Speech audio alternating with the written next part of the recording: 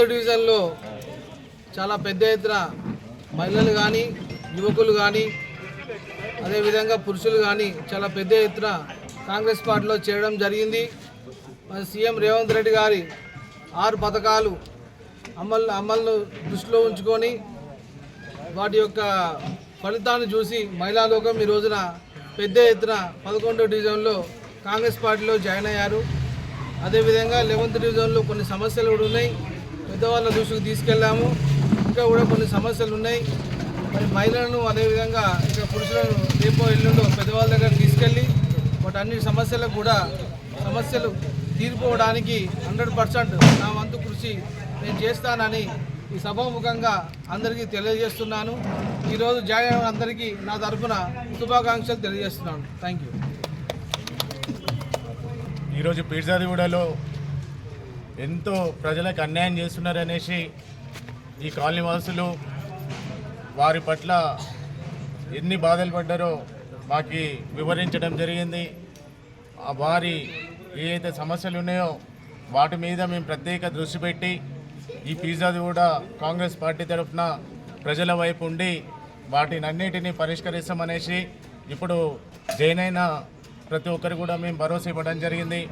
అలాగే ఏదైతే మేము ట్యాక్స్ల గురించి కూడా మాట్లాడినప్పుడు ప్రతిసారి చెప్పినాము, ఈ కార్పొరేటర్లకు ఒక న్యాయము, కార్పొరేటర్లకు ఒక వాళ్ళ బంధువులకి వాళ్ళకు ఒక ట్యాక్స్లు ఉంటాయి, సామాన్యమైన ప్రజానికానికి ఒక ట్యాక్స్లు ఉంటాయి. వాళ్ళకి గంటన్నర నీళ్ళు వస్తాయి, ప్రజానికానికి నీళ్లు రావు. ఈడ ఏం జరిగినా కానీ వాళ్ళు సమస్యల పట్ల పట్టించుకోవట్లేరు అనేసి వివరించారు. ఆ సమస్యల పట్ల మేము ఈ ప్రజాపాలనల ప్రతి ఒక్క విషయాన్ని కూడా క్షుణ్ణంగా పరిశీలించి మేము ప్రజల వైపు ఉంటామనేసి ఈ సభాముఖంగా తెలియజేస్తా ఉన్నాం. ఈరోజు 11వ వార్డులో అలాగే 2వ వార్డులో 25వ వార్డులో పెద్ద ఎత్తున యువకులు, మహిళలు అలాగే పెద్దలు కూడా జాయిన్ అవ్వడం జరిగింది. ఈరోజు జాయిన్ అయిన ప్రతి ఒక్కరికి కూడా మేము విన్నపించేది ఒకటే, ఇప్పుడు పార్లమెంట్ ఎలక్షన్లు వచ్చినాయి. ఈ పార్లమెంటు కనుక మన కైవసం చేసుకుంటే ప్రతి ఒక్క సమస్య పైన వాళ్ళకి మనం వివరిస్తే వాళ్ళు పరిష్కరిస్తారనేసి మనము పెద్ద ఎత్తున ఒక మెజార్టీ తోటి గెలిపించాలనేసి తెలియజేసుకుంటూ ఈ అవకాశం ఇచ్చిన ప్రతి ఒక్కరికి ధన్యవాదాలు. ఈ కార్యక్రమానికి ఏదైతే 11వ వార్డులో ఈ కాలనీ వాసులు అందరూ కూడా ఈ యొక్క మున్సిపాలిటీలో జరుగుతున్న అన్యాయాలు గుర్తించి ఈ యొక్క కాంగ్రెస్ వల్ల న్యాయం జరుగుతుందని వీళ్ళందరూ కూడా చేయనందుకు అందరికీ శుభాకాంక్షలు పేరున. గతంలో నేను వార్డు మెంబర్ ఉన్నప్పుడు అదేవిధంగా నాదంగౌడ్ గారు ఎంపీటీసీ ఉన్నప్పుడు ఈ రోడ్లు మా ఆధ్వర్యంలో జరిగినాయి. వీళ్ళు గత 4.5 సంవత్సరాల నుంచి ఎక్కడ కూడా రూపాయలు చేసిన పనిచేసిన దాఖలాలు లేవు. ముఖ్యంగా నీళ్ళు ఇంతకుముందు గ్రామ పంచాయతీ ఏ విధంగా అదే విధంగా వస్తున్నాయి, మున్సిపాలిటీ అయినా కానీ తేడా కనబడట్లేదు. అదేవిధంగా ఎవరైతే కార్పొరేటర్ ఉన్నారో వారికి వారి బంధువులకు ఏమో ట్యాక్స్ తక్కువ ఉన్నాయి, మిగతా సామాన్య జనాలకి అందరికీ ఏమో ట్యాక్సులు పెంచారు.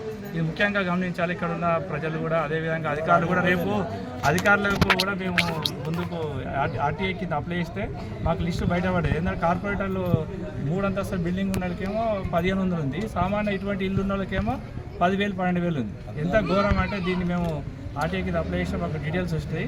రేపు కానీ ఎల్లుండి కానీ కమిషనర్ కలిసి దీన్ని అందరికీ ఒక విధంగా ఉండాలి, కొందరికి ఒక న్యాయం జరుగుతుంది కాబట్టి దీన్ని వెంబడే మేము దీన్ని అరికట్టడానికి మేము ముందుకు వచ్చాము.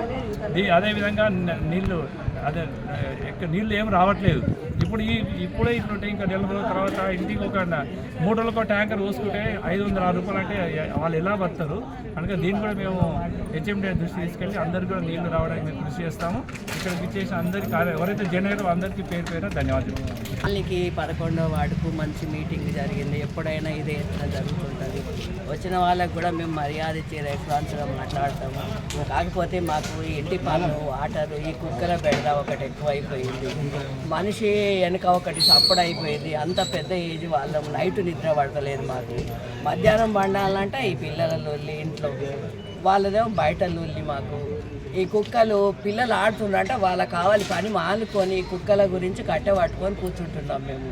మనిషి పోతుంటేనే వెనక అందుకుంటుంది, బండి మీద పోతుంటేనే కుక్కలు తిరుగు వెనుకకు వస్తున్నాయి అన్నట్టు. వాళ్ళు కూడా పాపం కింద పడి ఒక్కొక్కరి దెబ్బలు తాకిన వాళ్ళు ఉన్నారు, వెనక వాళ్ళు బండ్లు ఎత్తేసిన వాళ్ళు ఉన్నారు. మరి పరిష్కారం మీరు ఎలా చేస్తారో మాకు కావాల్సింది. మీరు కాంగ్రెస్లోకి ఎందుకు వచ్చారు? నేను హైదరాబాద్కి వచ్చిన నుంచి కాంగ్రెస్లో ఉన్నా. నేను పార్టీ మారలేదు, మారుతున్నా అన్నా కానీ కాంగ్రెస్కే వేసిన. ఇదే నాకు ఇల్లు ఇచ్చింది, అదే ఇంట్లో ఉన్నాం మేము. ఇప్పటికి కూడా అదే నాకు లక్ష్మీ సత్యరెడ్డి ఇచ్చిండు, హయాంలో సత్యరెడ్డి ఉప సర్పంచ్ ఉన్నప్పుడు ఇచ్చిండు నాకు హైదరాబాద్కి వచ్చినప్పుడు. నేను అదే మారలేదు, ఎవరు మారినా నేను మారినా అన్నా కానీ నేను మారలేదు. నాకు ఇదే చెయ్యి, ఇదే అన్నము, ఇదే ఇల్లు, ఇదే నీడ నాకు అంతే. ఇప్పటికైనా నేను మారను. మా వదినమ్మ మాట్లాడినప్పుడు అన్ని నిజాలు. ఇంకోటి మాకు ఇక్కడ ఉన్నది కదా బ్యాక్ సైడ్ ఉంటుంది, మాకు బ్యాక్ సైడ్ ఒక లేడీ ఏడ్చినట్టు మాకు 2-3 సార్లు వినిపించింది. వద్దు వద్దు అని అరుస్తుంటుంది, ఏడుస్తుంటుంది. అసలు ఎందుకు ఏడుస్తుందో అర్థం కాదు మాకు. ఎంత టైం 2 లోపు 12 తర్వాత మాకు ఏడుపులు వినిపిస్తుంది. ఎవరు అని నేను మీ వదినమ్మ చెప్పిన, ఇంకో అమ్మాయికి చెప్పిన, ఇంకో అమ్మాయికి మన చారి మాకు ఇక్కడ అబ్బాయి మాకు అన్నీ చేసి పెడుతుంది ఏదన్నా అవసరం ఉంటే. ఈ అబ్బాయి కూడా చెప్పినాం మేము, బాబు ఇట్లా సంగతి అని చెప్తే నేను అడుగుతామా, చూసుకుంటామా, మన లీడర్ వస్తున్నారు కాంగ్రెస్ లీడరు, మేము చెప్పి మనం పరిష్కరించుకుందామని చెప్పి మాట్లాడారు మాకు మార్నింగ్. మేము అదే చెప్తున్నాం. కుక్కలు మా ఎమ్మటి పడుతున్నాయి, మా పిల్లలు ఇంట్లోకి వస్తున్నాయి, గోడలు దురుకుతున్నాయి, విపరీతమైన కుక్కలు. ఏంటంటే దగ్గర మా ఈ 10 ఇళ్ళ ముందటనే 100 కుక్కలు ఉంటాయి. ఎంత కష్టమైతే అంత కష్టమవుతుంది మాకు. నీళ్ళ సౌకర్యం కావాలి, నీళ్లు సరిగా రావట్లేదు. మేము ఉండేది 10 మంది, 10 మందికి కూడా సరిగా నీళ్లు లేవు. ఇది మా సమస్య.